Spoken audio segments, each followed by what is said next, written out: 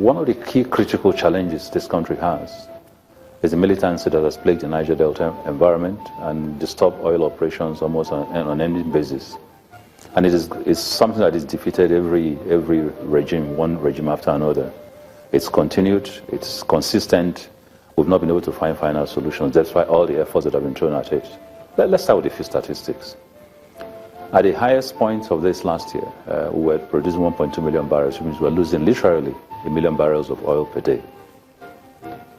At that time also, we were basically losing an average, if you look at 2016, of over, historically, over 50 to 100 billion dollars of unearned income as a result of this disruption. Jobs were out, pipelines were strewn all over the place, refineries couldn't work to capacity, we couldn't meet our contractual international obligations, and the economy basically suffered. Now when you compare that, when you add that side by side with the fact that oil price also declined by over 60% over the last 1.5 years, you see the massive problem that His Excellency President Muhammadu Buhari has faced and has had to deal with over this time period. It is a massive problem. But different from even the government of His Excellency President Buhari, this is a problem that has consistently been there even before the government of President Obasanjo. And it went on into other governments, Yaradua, Jonathan, everybody. It is a problem that seems to be intractable, seems to be never ending, and seems to never have a solution in sight. So it is a difficult undertaking to try to embark on trying to resolve it once and for all. But we're very bullish about this. We need to begin a process of really engaging the community. And one of the things that the oil company is going to begin to do over the next 1 month is a once every 2 months meeting with the state executive or state apparatus of oil producing communities. In those meetings you will have the state government and their representatives, you will have the military there, you would have the oil companies operating in those areas, you have the stakeholders, and we'll be able to drill down on issues that affect that particular state. And what are the issues that are causing problems? How can we deal with those sort of issues? A lot of work needs to begin now between Ministry of Petroleum, Ministry of Niger Delta, the Amnesty Group, the NDDC, all trying to bring everybody's collaborative effort in finding a solution that can address the concerns of these people. And we're going to begin to focus very heavily on that. But part of the problem with the militancy equation is that it's been dealt with as a national issue. And so irrespective of those who have kept the peace, those who have kept the peace have as much incentive as those who have kept the war in terms of joining the plate of entitlements. We're going to change that. One of the things we will need to do, frankly, is that each state must develop a fit-for-measure solution. I've been working with state executives, state chief executives, to try and look at what the very peculiar nature of every state and what we need to do to bring a solution to that state. Once we do that, then the opportunities in contracts and the opportunities in securing the pipelines, the opportunities in businesses within that particular state emanating from the oil sector will go to that community substantially. And the effect of that is that indigenous of those states can therefore protect their state from incursions from individuals who are largely criminal elements crossing over from one state to another just to cause confusion. We need to work with the security agencies. I've had all kinds of conversations about, no, don't let security into these areas, leave it only for civil disturbances, but nobody can guarantee the peace better than security imperatives. So we need to hold hands. But security agencies also must be able to get into those and relate to citizens of these areas in a way that recognizes that they're citizens and that they're brothers with a problem, and we can find those solutions. I have to thank sincerely the security agencies so far. The Army has been wonderful. The various operations that the President has set up, which involved a total revamp of the Operations Shield program, has been very successful. The NSA, the DGSSA, all the apparatus, we all need to hold hands and work together to find stability in those areas. States have now gotten to move to a point where the federal government can help propel investors to come into these areas because they provide the peace. If they don't provide the peace, they lose all the jobs, they lose all the contracting, they lose all the peace initiative that will enable the state grow.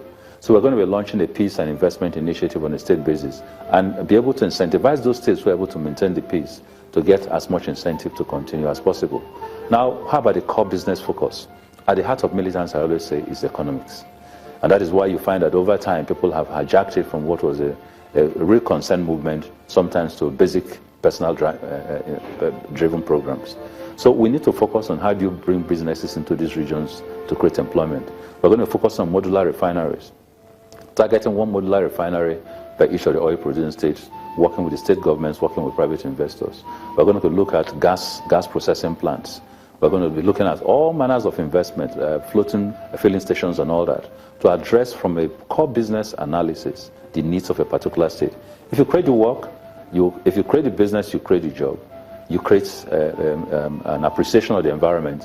You take people away from core militancy. We're going to be targeting to create 100,000 jobs for each of these states over the next 5 years, which is a public and private sector driven approach, and I'm going to be working with state governments to try and drive this initiative, working with consultants. So look at focused investment in gas to power.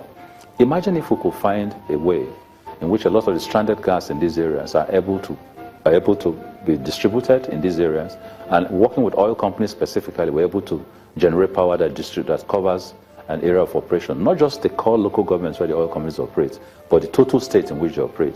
If we take away about 7 or 8 states from the master grid focused on this program, there'll be light in those areas, there'll be manufacturing beginning, there'll be peace, there'll be better focus on security, because you can see your night and day.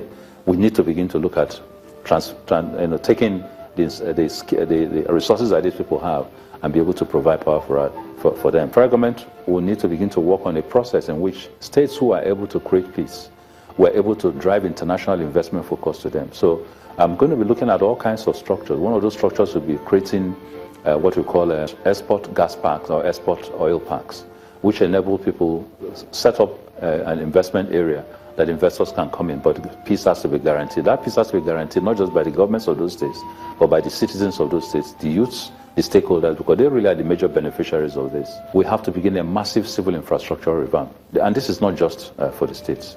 The reality is that all our pipelines are old, all our gas distribution systems are old, all our depots are hardly functioning. Working with NNPC, we're going to embark on looking for third-party funds to massively begin infrastructural revamp of the assets that are required in the industry. If we do that, the collateral effect of this is that you create a lot of jobs. But in addition to that, we want to target specific investment in these areas. One specialist school per state, one specialist hospital per state, one specialist skill center per state. We need to pull people away from militancy, pull them back into schools, pull them back into areas where they can have the sort of facilities that enable them to be proud of their areas, and this should help. The President has been very kind to launch the Ogoni cleanup campaign. Fantastic idea. We've begun that process. But there are a lot more cleanups, like he says, to be done. We're going to be looking at how we begin the preliminary cleanup process working with the Federal Ministry of Environment, such that every state has a program for cleanup, working with the oil companies that are operating there. Cleanups means work in the hands of people who help you on this. It means better environment. It means that you can begin to focus on agriculture. That's the scheme we need to launch. We need to domesticate oil business opportunities. Nothing is as sad for people who produce resources as not having access to those resource opportunities. So as we begin to look at marginal fields grant, as we begin to look at refinery revamps that we're going to be creating a lot of opportunities for indigents of some of those areas to participate, not to the exclusion of other Nigerians, but at least to be able to participate and helping them set up the structures that enables them to do this. Now, we need to look at a development fund initiative, because obviously some of these areas pay a very big price for producing oil for the country.